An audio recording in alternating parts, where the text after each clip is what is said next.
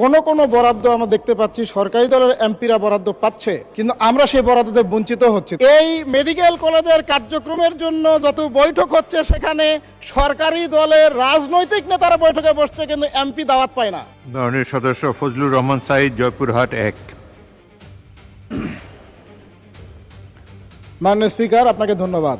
আমি জয়পুরহাট শহরের যানজট মুক্ত করার জন্য বাইপাস সড়কের জন্য দৃষ্টি আকর্ষণ করেছি সড়ক এবং যোগাযোগ মন্ত্রণালয়ের কাছে। মাননীয় স্পিকার, আমার জয়পুরহাট ডিস্ট্রিক্ট শহর, কিন্তু একটা মাত্র রাস্তা হওয়ার কারণে এই রাস্তা দিয়ে ট্রাক বা সব জায়গায় যানজট মুক্ত হতে পারে না। এই জন্য বাইপাস সড়ক হওয়া দরকার, এটা হলে আমি দৃষ্টি আকর্ষণ করছি। মাননীয় স্পিকার, এ বিষয়ে আমার কথা এটুকুই। এই নির্দিষ্ট ভিতরে আমি দু একটা কথা বলবো। মাননীয় স্পিকার, আমাদের মাননীয় প্রধানমন্ত্রী বাংলাদেশের প্রধানমন্ত্রী, কিন্তু শুধুমাত্র সরকারি দলের এমপিদের প্রধানমন্ত্রী নন।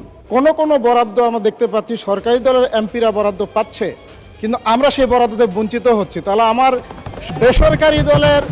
বেসরকারি সদস্যদেরকে যারা নির্বাচিত করেছে, এই জনগণ কি ভুল করেছে?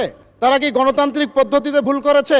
এটা আমার দৃষ্টি আকর্ষণ। এমনকি এই সংরক্ষিত মহিলা আসন যারা নতুন হয়েছে তাদেরও সরকারি দল পেয়েছে, কিন্তু বেসরকারি মহিলা সদস্যরা পায়নি।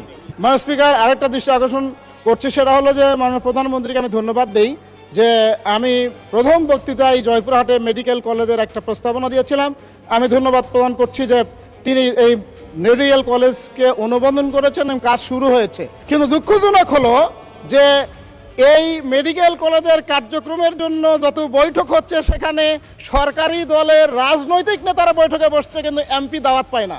এই বৈষম্যগুলি কি দূর হবে? দলীয়করণ, বৈষম্যকরণ দূর না করলে তাহলে কি আমরা বিগত স্বৈরাচারের গন্ধই কি পাবো? মাননীয় স্পিকার, আমি সবিনয় অনুরোধ করি, যেই ছাত্ররা জীবন দিয়ে দেশকে রক্ষা করেছে বাংলাদেশে মানবিক বাংলাদেশ গড়ার জন্য,